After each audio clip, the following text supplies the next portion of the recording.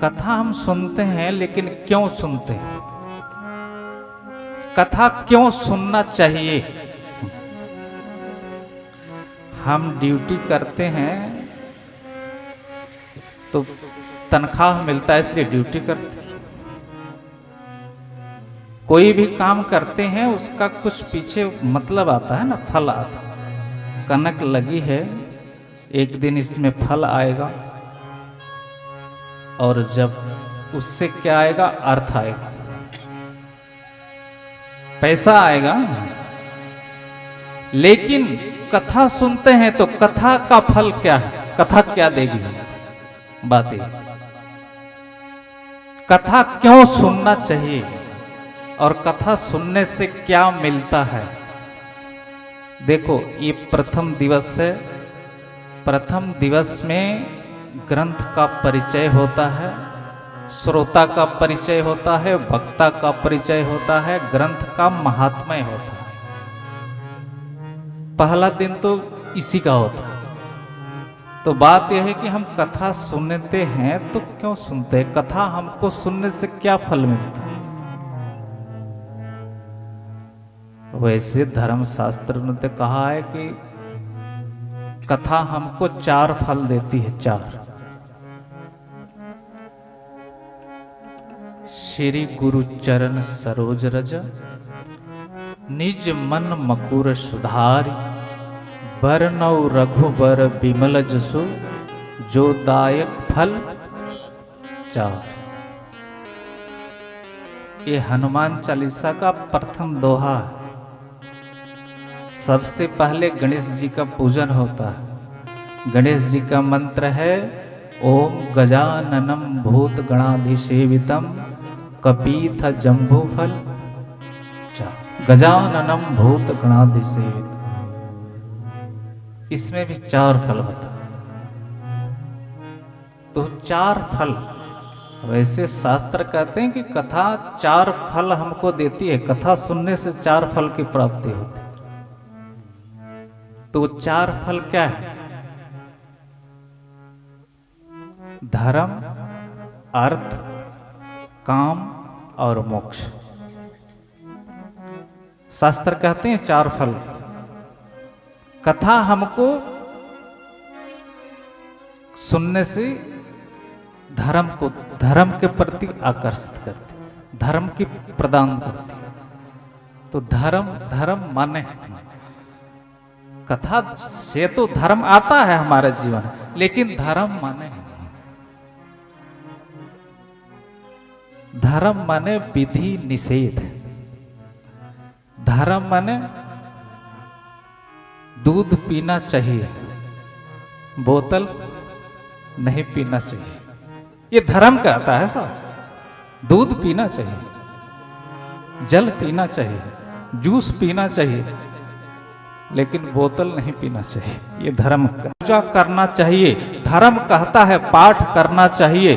धर्म ये कहता किसी का जीवन में पुरुषार्थ करना चाहिए।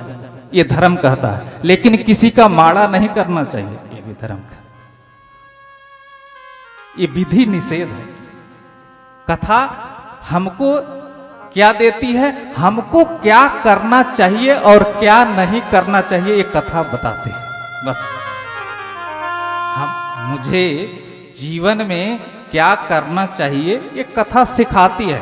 यानी कथा हमको जीना सिखाती है।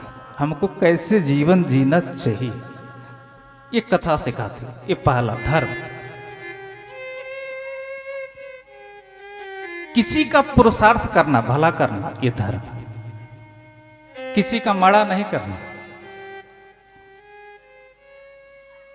हमको जीवन में कैसे जीवन जीना चाहिए, एक कथा सिखाती है। दूसरा धर्म, अर्थ। यानी शास्त्र जो कहता है उसकी आज्ञा में चलना, ये धर्म है साहब। बस शास्त्र कहता है, गुरु ग्रंथ जो कहते हैं उसकी आज्ञा में चलना, ये धर्म।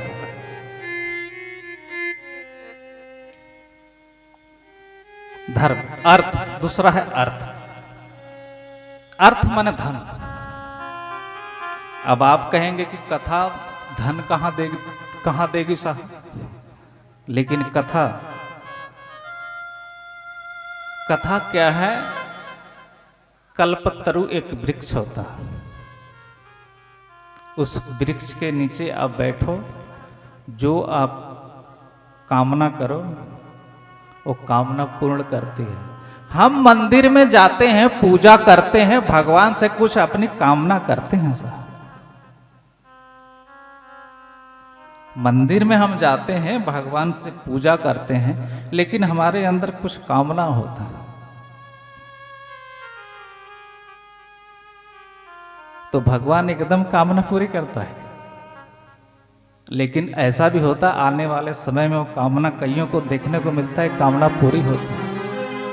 तो कथा हमारे कामनाओं की भी पूर्ति करती है। कथा ये व्यासपीठ कहती है, आप हमको 3 घंटे दीजिए 9 दिन, और हम आपको एक नई जीवन देंगे। कथा क्या करती है? कथा एक नई जीवन जीने की कला सिखाती है। इस शरीर माता और पिता से तो बना है, लेकिन इसमें परमात्मा का जीवात्मा है। जीवात्मा तो परमात्मा की है, लेकिन ये शरीर माता पिता से इसकी उत्पत्ति जरूर है। लेकिन जिस दिन ये जीवात्मा इस शरीर को छोड़ देती है, उस दिन ये शरीर रहता है। यानी कि इस शरीर के पीछे परमात्मा का दिया हुआ जीवात्मा है, इसलिए ये सब कार्य हो।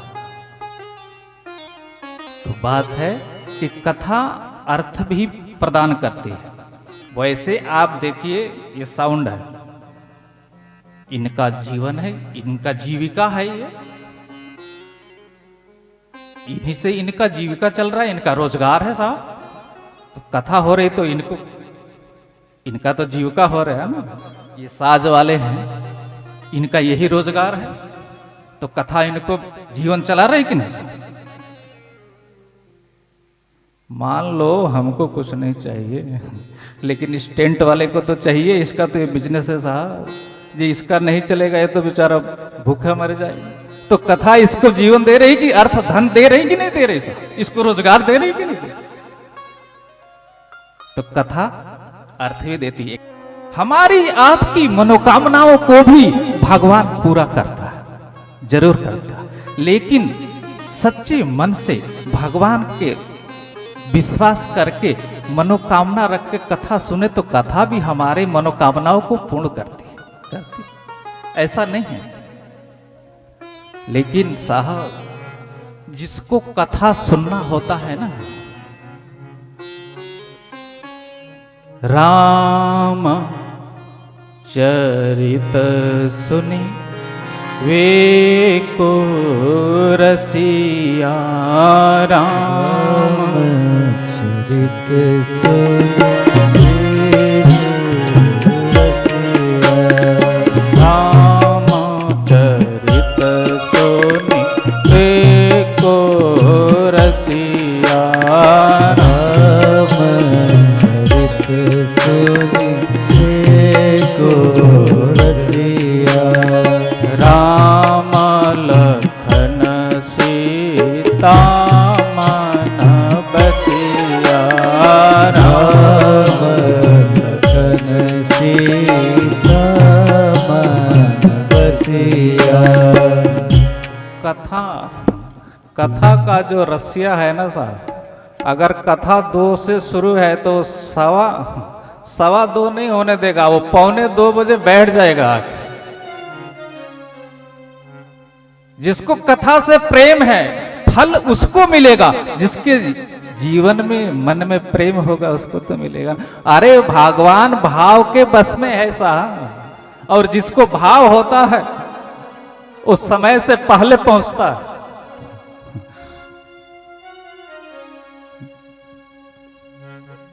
भगवान तो भाव का विषय है। भगत के भाव के बस में है भगवान, वैसे भगत के भी बस में है भगवान नहीं। भाव जब होता है तो भगवान को भी भक्त बस में कर। बात तो भाव की। श्रोता के 3 लक्षण बताए हैं। परमात्मा के चरणों में विश्वास पहला, वक्ता पे विश्वास जो कथा बोल रहा वो जैसा है, जो करेगा सो भरेगा। कबीरा तेरी झोपड़ी गलकटियन के पास, जो करेगा सो भरेगा, तू क्यों हुआ उदास। लेकिन 3 घंटा ही निकाल दो तो कथा आप में उतर जाएगी। आपसे यही विनती है, कथा वक्ता पे श्रोता का विश्वास, भगवान के चरणों में प्रेम, श्रद्धा, इस 3 चीज जिसके अंदर होती है उसके अंदर कथा उतरती है। अगर ये 3 नहीं है तो ऊपर से होकर निकल जाएगी, नहीं ऊपर से होगी निकलेगी तो इधर से निकल जाएगी, अंदर नहीं उतरेगी साहब। जब ये 3 होगा तो अंदर उतरेगी, और कथा काम जब करेगी जब वो अंदर उतरेगी। दवाई काम कब करेगी? सिर के ऊपर से फेंक दो पीछे तो काम करेगी साहब, या मुंह में डाल के निकाल दो तो काम करेगी। जब वो अंदर जाएगी दवाई फिर काम। ये कथा क्या है? कथा बूटी है, बूटी। ये बूटी जब काम करती है जब ये अंदर जाती है। लेकिन ये अंदर कब जाती है? जब हृदय में 3 भाव बात होंगे जब जाती। अरे लक्ष्मण जी को वाण लगा था तो बूटी आई थी, कहां से आई थी? हिमालय से आई थी। तो बूटी क्या थी? राम नाम संजीवनी मूरी। ये राम नाम बूटी है साहब, एक कथा बूटी है, ये पिलाती है। श्रोता भागवत पता क्या कहती है? पीवत भागवतम रसमाल है। भागवत कथा क्या करना चाहिए? पीना चाहिए। कैसे? इन कानों से। और जब पिएंगे अंदर जाएगी, फिर वो हमारे जीवन को बदल देगी।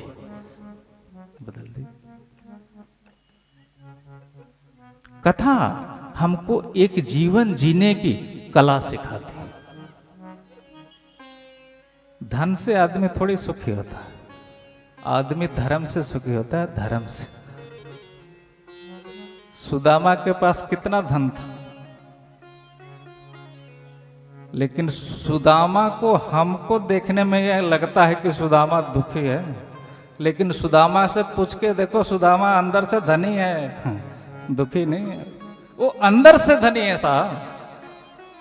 कथा जब आदमी को जीवन जीने की कला आ जाती है, फिर आदमी विपत्ति आए फिर भी आदमी अंदर से सुखी होता है। जिसको जीवन जीने की कला नहीं आई, उसके पास करोड़ों होगा तो सुखी नहीं हो सकता, नहीं हो सकता। जिसको जीवन जीने की कला आ गई, वो विपत्ति में भी क्या रहेगा? सुखी रहेगा। सुख दुख का अनुभव तो मन करता है साहब, और जिस मन में भगवान का वास हो जाता है, जो मन भगवान के रस का आनंद ले लेता है, वो मन संसार के किसी दुख से, किसी पीड़ा से, किसी आपदा से उस मन को कोई असर नहीं पड़ता, क्योंकि उस मन में वो आनंद आ गया है जो सबके संसार आनंद खोज रहा, सुख ढूंढ रहा। हर एक व्यक्ति की इच्छा क्या है? हम सुखी हो जाए, हम आनंदित हो जाए। लेकिन सुख है कहां साहब? इस संसार को आपको पता है, ग्रंथों में कहा है ये संसार जो है इसको, इसका नाम है दुखालय। नानक दुखिया सब संसार, लेकिन सुखिया सो जो नाम आधार। सुख कहां है? जो आनंद सिंधु सुख राशि, जो सिंधु सुख राशि, जो आनंद सिंधु सुख राशि,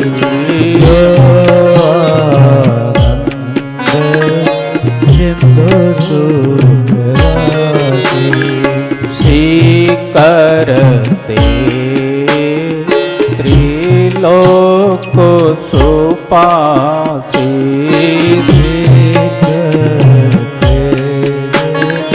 लोक सुपासी, सो सुख धाम रामास नामा, सो सुख धाम रामस नामा, सो सुख धाम रामस नामा, सो सुख धाम रामस नामा। अखिल लोकदा एक विश्राम,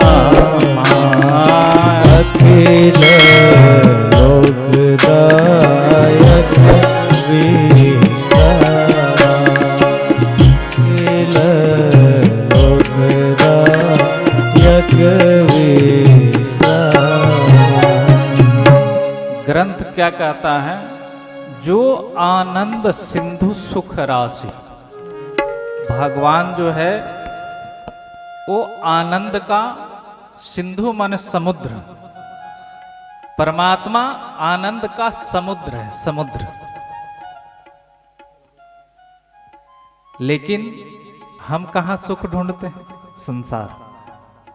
ग्रंथ तो कहता है जो आनंद सिंधु सुख राशि, सीकर ते त्रिलोक सुपासी, सो सुख धाम राम असनामा, अखिल लोकदायक विश्राम।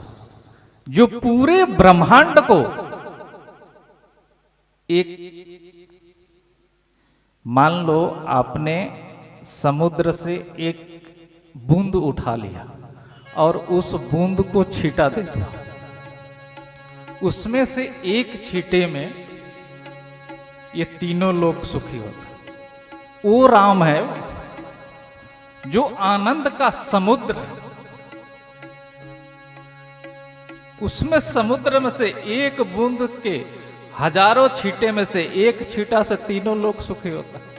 बोलो, ऐसे राम को छोड़ के हम कहां सुख ढूंढे? तो कैसे सुखी हम? जहां जो चीज है नहीं वो कैसे मिलेगी साहब? सुख तो राम में है, संसार में कहां? लेकिन हम हमारे जो खोजने की, मान लो हमने कोई चीज कहीं रख दिया, है तो रसोई में हम खुद खोज रहे, बेडरूम में तो मिलेगा क्या? जो चीज जहां है नहीं वो कैसे मिलेगी साहब?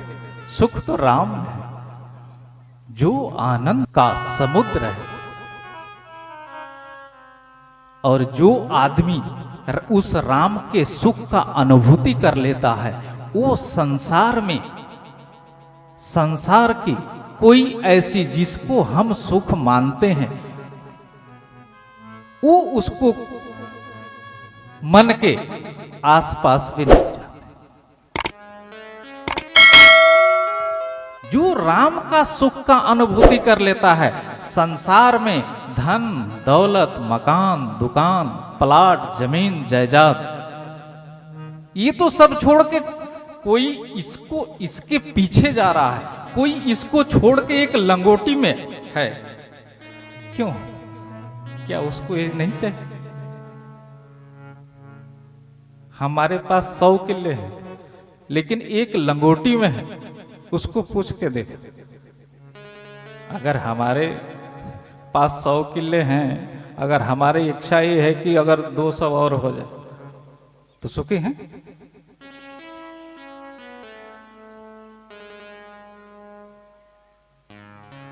चाह गई चिंता मिटी मनवा बेपरवाह, चाह गई चिंता मिटी मनवा बेपरवाह, जिसको कछु न चाहिए सो शहंशाहों का शहंशाह।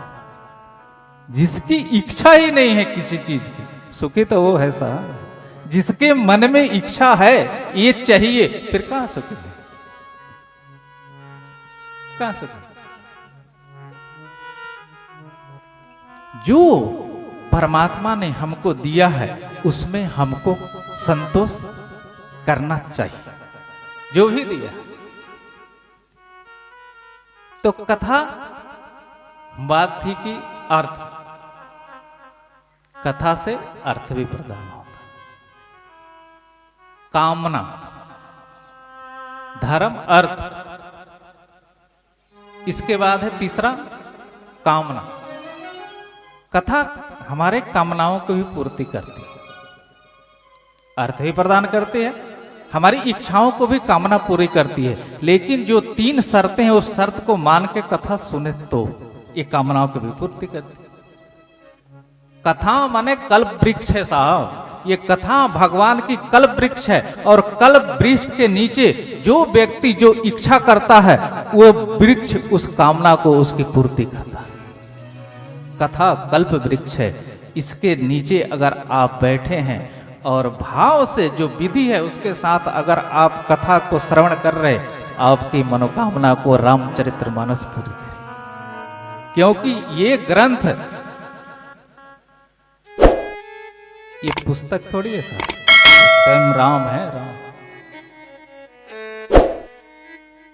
ये स्वयं में भगवान है, और भगवान के सानिध्य में जो होता है उसकी मनोकामना पूर्ण होती है साहब।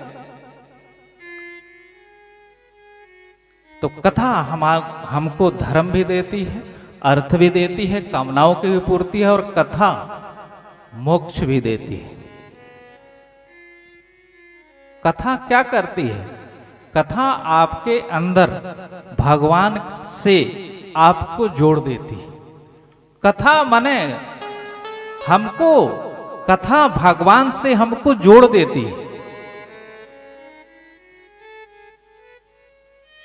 कथा का यही तो मतलब, हमको जाना कहीं है, हम जा कहीं रहे। हमको कथा सही मार्गदर्शन करती है। हमको करना क्या है, हमको जाना किधर है। जब राम जी ने जयंत के पीछे बाण लगाया ना, तो जयंत के पीछे जब बाण छोड़ा तो जयंत भागते भागते तीनों लोक में गया, किसी ने उसको बैठने तक को भी नहीं कहा। तो नारद जी मिल गए उसको रास्ते में, बोले बाबा कहाँ जा रहे हैं? बोले नारद जी रोको मत, ये बाण पीछे लगा है, जब मैं रुक गया तो ये मार देगा मुझे। बोले तुमने अपराध तो राम का किया है, तो राम जी के पास जाओ ना।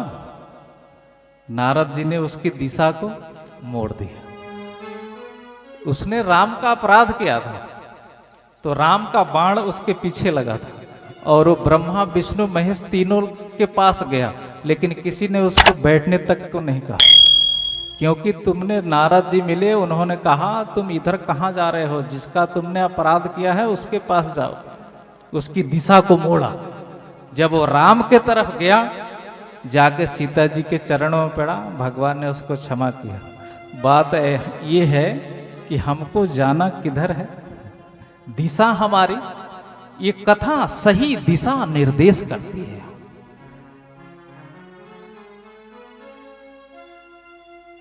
सही दिशा निर्देश करती है।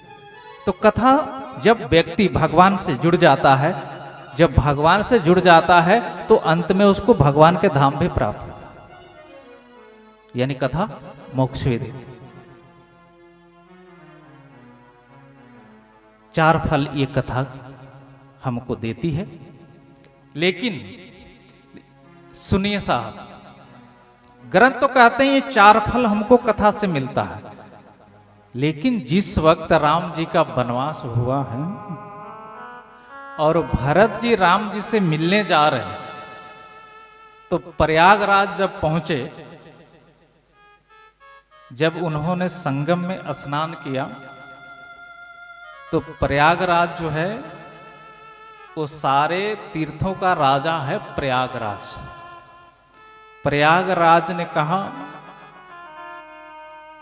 बोले भरत जी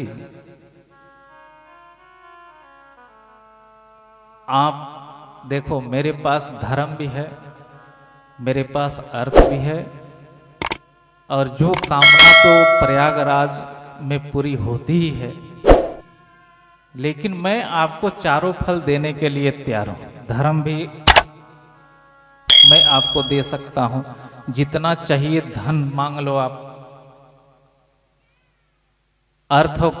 अर्थ दे सकता हूं, आपकी कोई कामना हो वो बताओ भी पूरा हो, आपको मोक्ष चाहिए मोक्ष भी दूंगा। लेकिन भरत जी ने क्या कहा, धर्म न अर्थ न काम रुचि, गति न चहु निर्माण, जन्म जन्म रति राम पद, यह वरदान न आन। भरत ने क्या कहा, बोले नहीं, मुझे धर्म नहीं चाहिए, मुझे कोई मेरी कामना नहीं है, मुझे धन भी नहीं चाहिए और मुझे मोक्ष भी नहीं चाहिए। बोलो, ये भरत ऐसा है जो कि धर्म अर्थ काम मोक्ष को भी एक साइड में करता है। और क्या चाहिए, बोले जन्म जन्म रति राम पद, भगवान के चरणों में प्रेम। अगर आप ही प्रयागराज, अगर आप मुझ पे प्रसन्न हैं तो भगवान के चरणों में प्रेम दे दो। प्रयागराज ने हाथ खड़े कर दिए, बोले भरत, तुम्हारे हृदय के मैं भगवान के प्रेम में मेरी सामर्थ्य नहीं है कि हम भर दें इस हृदय को। बोले भक्त तो ये जो भगवान का सच्चा भक्त होता है वो धर्म अर्थ काम मोक्ष को भी साइड में, कथा सिखाती है।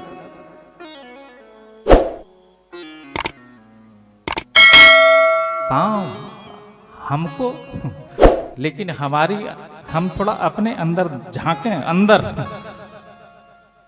कि हमारे अंदर ना तो धर्म है, कामनाएं बहुत है, सारी दुनिया को आज मोक्ष का तो पता ही नहीं कि मोक्ष क्या है। देखो साहब, धर्म अर्थ काम और मोक्ष ये 4 है, फिर भी जिस आदमी के जीवन में ये 4 होता है उसका जन्म लेना सार्थक होता है। जिसके जीवन में शास्त्रमय शास्त्र सम्मत जीवन जीता हो उसको कहते हैं ये धर्म है। जो शास्त्र मना करता हो, शास्त्र कहता है किसी का भला करना चाहिए, किसी का बुरा नहीं करना चाहिए, ये शास्त्र कहता है किसी का बुरा नहीं करना चाहिए, धर्म के काम करने चाहिए, परोपकार करना चाहिए, ये धर्म। धर्म अर्थ काम और मोक्ष, लेकिन आदमी धर्म को छोड़ दिया, जीवन से धर्म को हटा दिया। अर्थ दूसरा है, अर्थ माने धन, धन चाहिए सबको, सबको धन चाहिए, कामनाएं सबके अंदर बहुत। पहला छोड़ दिया, धर्म को छोड़ दिया और मोक्ष को भी छोड़ दिया, अर्थ और कामना को बीच वाले को पकड़ा है आज के इंसान। हम भी बीची हैं। आज के इंसान ने, जैसे नवरात्रा होता है तो माताएं नवरात्रा व्रत करती है, तो पहला या लास्ट होता है। जो 9 दिन व्रत नहीं कर सकता वो पहला व्रत करता है पहले दिन का या लास्ट दिन का, 2 करता है तो 9 का फल मिलता है, ऐसा शास्त्र बताते हैं। लेकिन शास्त्र कहते हैं कि जीवन के 4 पुरुषार्थ हैं, धर्म, अर्थ, काम और मोक्ष। हमारा कल्याण कब होगा? बीच में रहने से कल्याण होगा? हम तो सब बीच में ही खड़े हैं। कामनाएं हमारे अंदर बहुत है, अर्थ हमको चाहिए, धर्म की कोई जरूरत नहीं है, मोक्ष की तो हमको पता ही नहीं है, तो कैसे कल्याण होगा? ए साहब, ये बीच वाला छोड़ रे, पहला धर्म को पकड़ रे तो मोक्ष तेरा आप पहले को तो पहला तो पकड़ रे, कैसे कल्याण होगा? जी हम पहले को भी पकड़ ले, केवल धर्म को पकड़ ले, फिर भी हमारा कल्याण हो सकता, लेकिन पहले को ही छोड़ दिया, कैसे कल्याण? आइए हम सभी इस रामचरितमानस की कथा हम सभी को 4 फल तो सभी को प्रदान करती ही है।